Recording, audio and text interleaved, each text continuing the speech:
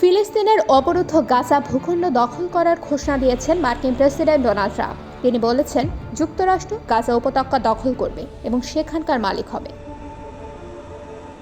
ইসরায়েলের প্রধানমন্ত্রী বেঞ্জামিন নেতানিয়াহুর সঙ্গে এক প্রেস কনফারেন্সে তিনি এই ঘোষণা দেন। প্রয়োজনে গাজা উপত্যকায় মার্কিন সেনা পাঠানোরও ঘোষণা দিয়েছেন যুক্তরাষ্ট্রের রিপাবলিকান এই প্রেসিডেন্ট। বুধবার পৃথক প্রতিবেদনে এই তথ্য জানিয়েছে বার্তা সংস্থা রয়টার্স এবং আনাদোলু।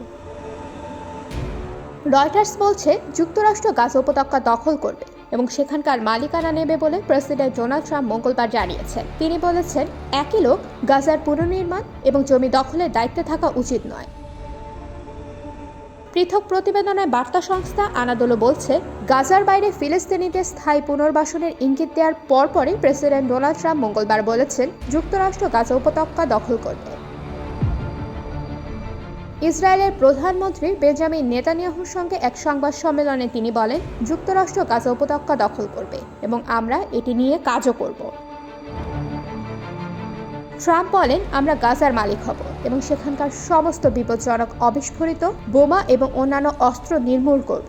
ভূখণ্ডটি সমতল করব এবং ধ্বংস হওয়া বিল্ডিংগুলো থেকেও আমরা মুক্তি পাব। সেখানে এমন অর্থনৈতিক উন্নয়ন করব যা ওই এলাকার মানুষের জন্য প্রচুর চাকরি এবং আবাসন সৃষ্টি করবে। যুক্তরাষ্ট্র গাজা উপত্যকায় সেনা পাঠাবে কিনা জানতে চাইলে তিনি জবাব দেন, যদি প্রয়োজন হয় আমরা তা করব।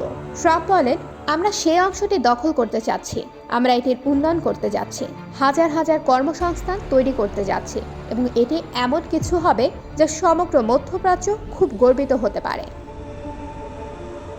মার্কিন রিপাবলিকান এই প্রেসিডেন্টের ভাষায়, আমি অনেক মাস ধরে এটি খুব ঘনিষ্ঠভাবে অধ্যয়ন করেছি এবং আমি একে প্রতিটি ভিন্ন কোণ থেকে ভেবে দেখেছি এবং এটি খুব বিপজ্জনক জায়গা এবং এটি কেবল আরও খারাপ হতে চলেছে। ফিলিস্তিনিরা চলে গেলে গাজায় কারা বাস করবে এমন প্রশ্নের জবাবে ট্রাম্প জবাব দেন, বিশ্বের মানুষ, আমি মনে করি আপনি এটিকে একটি আন্তর্জাতিক অবিশ্বাস্য জায়গায় পরিণত করবে। আমি মনে করি গাজা স্ট্রিপের সম্ভাবনা অবিশ্বাস্য।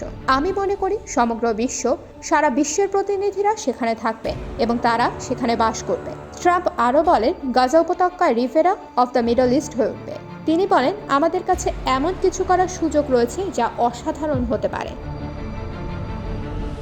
অন্যদিকে নেতানিয়াহু বলেছেন, আমরা যেমনটা আলোচনা করেছি মিস্টার প্রেসিডেন্ট, আমাদের ভবিষ্যৎ সুরক্ষিত করতে এবং আমাদের অঞ্চলের শান্তি আনতে এবং আমাদের কাজ শেষ করতে হবে। ইসরায়েলকে নিশ্চিত করতে হবে যে গাজা কখনো ইসরায়েলের জন্য হুমকি হয়ে উঠবে না।